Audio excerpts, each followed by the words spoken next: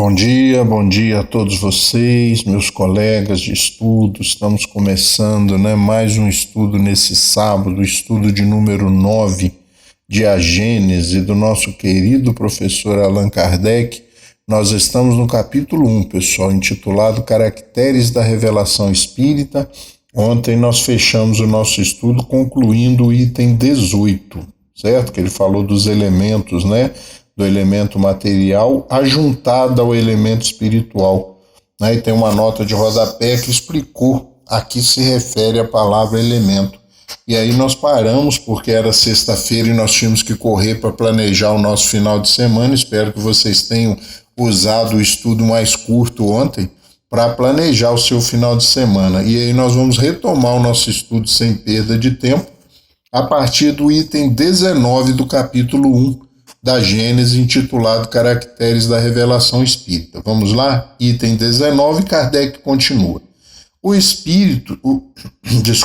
Item 19.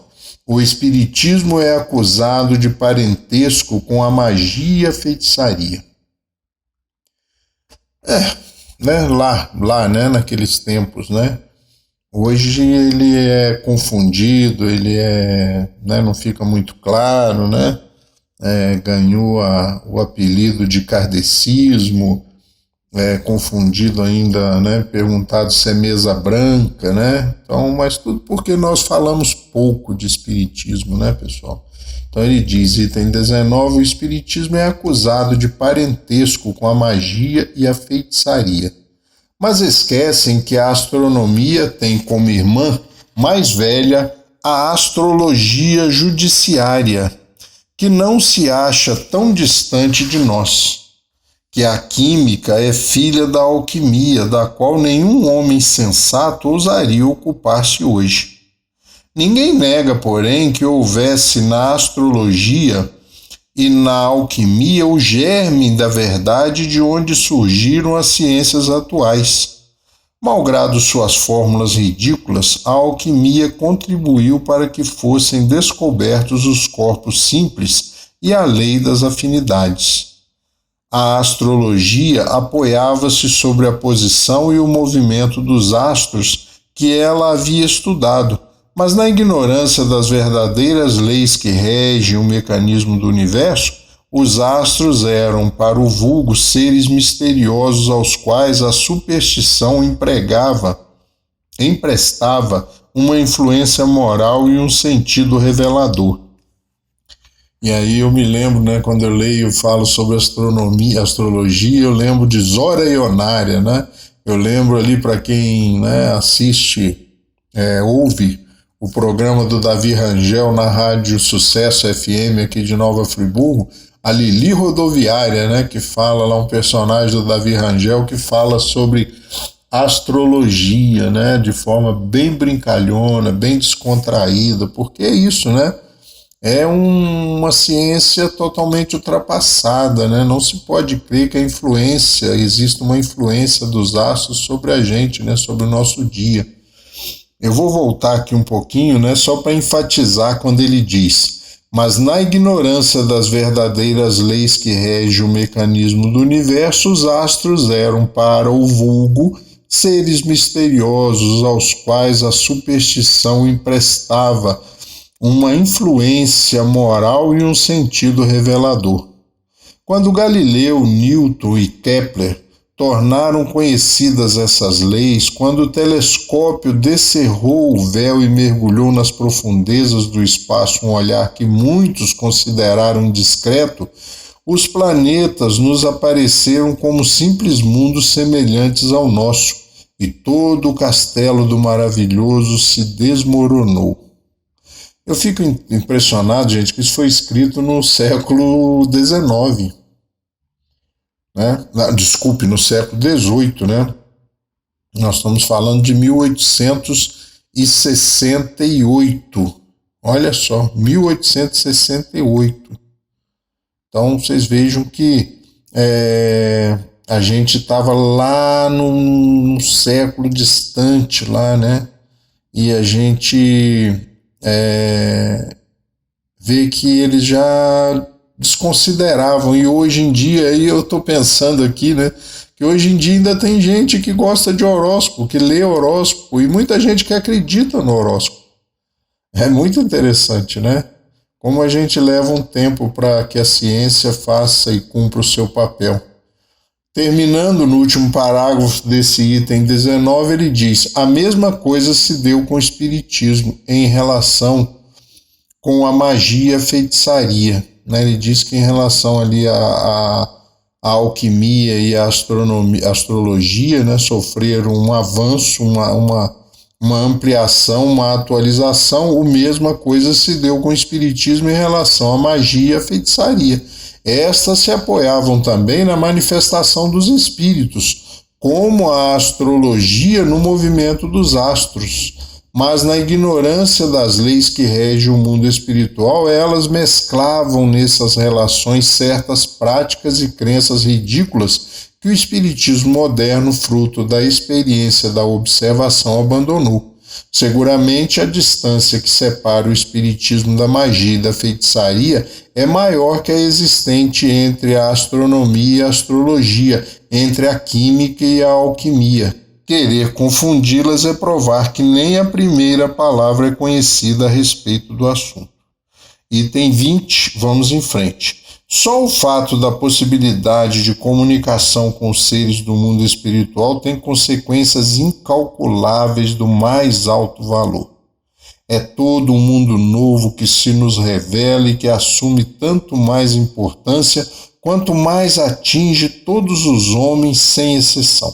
Com sua generalização, este conhecimento não pode deixar de causar uma profunda modificação nos costumes, no caráter, nos hábitos e nas crenças, que tem tão grande influência nas relações sociais. É uma revolução total que se opera nas ideias. Revolução esta tanto maior, tanto mais poderosa, quanto não se acha circunscrita a um povo, a uma casta, mas atinge simultaneamente pelo coração todas as classes, todas as nacionalidades, todos os cultos, porque a relação com os espíritos é universal, é uma lei da natureza, né? E ele continua: é com razão, portanto, que o espiritismo é considerado como a terceira das grandes revelações. Vejamos em que se diferenciam essas revelações e por que laço elas se ligam umas às outras. E aí nós vamos direto para o item 21, onde ele vai estabelecer e fazer uma relação entre as três revelações, tá bom? Que é Moisés, Cristo e o Espiritismo, ok? 21, ele diz: Moisés, como profeta, revelou aos homens o conhecimento de um Deus único, soberano Senhor e Criador de todas as coisas. Promulgou a lei do Sinai e lançou os fundamentos da verdadeira fé. Como homem, Moisés, foi o legislador do povo pelo qual esta fé primitiva, purificando-se, deveria um dia espalhar-se por toda a terra. O Cristo, tomando da antiga lei o que é eterno e divino e rejeitando o que não era senão transitório, puramente disciplinar e de concepção humana, ajuntou a revelação da vida futura, da qual Moisés não havia falado, bem como das penas e recompensas que esperam o homem depois da morte. Ver na Revista Espírita de 1861, nas páginas 90 e na página 280, tá bom? Então ele fala de Moisés, do Cristo, e aí nós vamos para o item 23. A parte mais importante da revelação do Cristo, no sentido de que ela é a fonte primitiva, a pedra angular de toda a sua doutrina, é o ponto de vista inteiramente novo pelo qual ele faz encarar a divindade. Não é mais o Deus terrível, zeloso e vingativo de Moisés, o Deus cruel e impiedoso que rega a terra com o sangue humano, que ordena o massacre e extermínio dos povos, sem exceção das mulheres, das crianças e dos velhos, que castiga aqueles que poupam as vítimas. Não é mais o Deus injusto que pune um povo inteiro pela falta de seu chefe, que se vinga do culpado na pessoa do inocente e que fere os filhos pela falta dos pais, mas sim um Deus clemente, soberanamente bom, cheio de mansidão e misericórdia, que perdoa ao pecador arrependido e dá a cada um segundo as suas obras. Não é mais o Deus de um único povo privilegiado, o Deus dos exércitos, presidindo aos combates para sustentar a sua própria causa contra os deuses dos outros povos, mas o Pai comum do gênero humano, que estende a sua proteção sobre todos os seus filhos e os chama a si. Não é mais o Deus que recompensa e pune só pelos bens da terra, que faz consistir a glória e a felicidade na escravidão dos povos rivais e na multiplicidade da progenitura, mas que diz aos homens: a vossa verdadeira pátria não é este mundo, ela está no reino celestial, lá onde os humildes de coração serão elevados e os orgulhosos serão humilhados. Não é mais o Deus que faz da vingança uma virtude e ordena que se retribua olho por olho e dente por dente, mas sim o Deus de misericórdia que diz: perdoai as ofensas, se quereis ser perdoados. Retribui o mal com o bem, não façais a outrem o que não quereis que vos façam. Não é mais o Deus mesquinho e meticuloso que impõe sobre as mais severas penas a maneira pela qual quer ser adorado, que se ofende pela inobservância de uma fórmula, mas o Deus grande que vê o pensamento e que não se honra com a forma. Enfim, não é mais o Deus que quer ser temido, mas o Deus que quer ser amado. Essa é a proposta do Cristo, né? Totalmente diferente daquele primeira proposta, da primeira revelação de um Deus que precisava ser temido, porque o povo era rebelde, né? O povo era indisciplinado. Então Jesus vem e propõe um Deus diferente, o Deus Pai, o Deus próximo de cada um de nós, o Deus de misericórdia, de amor, de carinho, né? De atenção a cada um de nós.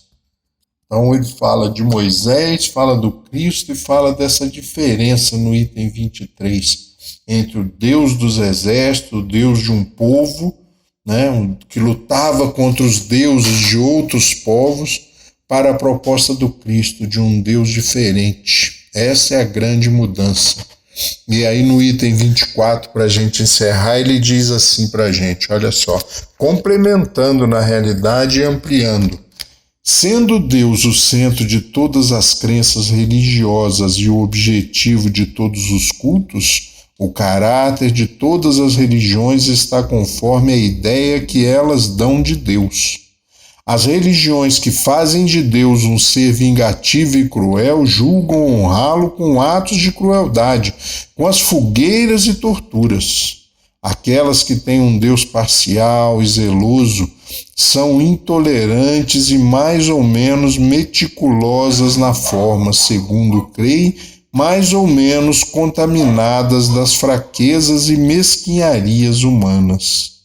Amanhã a gente continua, pessoal, e aí a gente retoma a partir do 25, complementando essa ideia e ampliando, né, esse capítulo tão importante para que nós entendamos não só essa obra, mas que façamos um fechamento de toda a doutrina espírita, no capítulo 1 da Gênesis, intitulado Caracteres da Revelação, tá bom? Fiquem com Deus, até amanhã.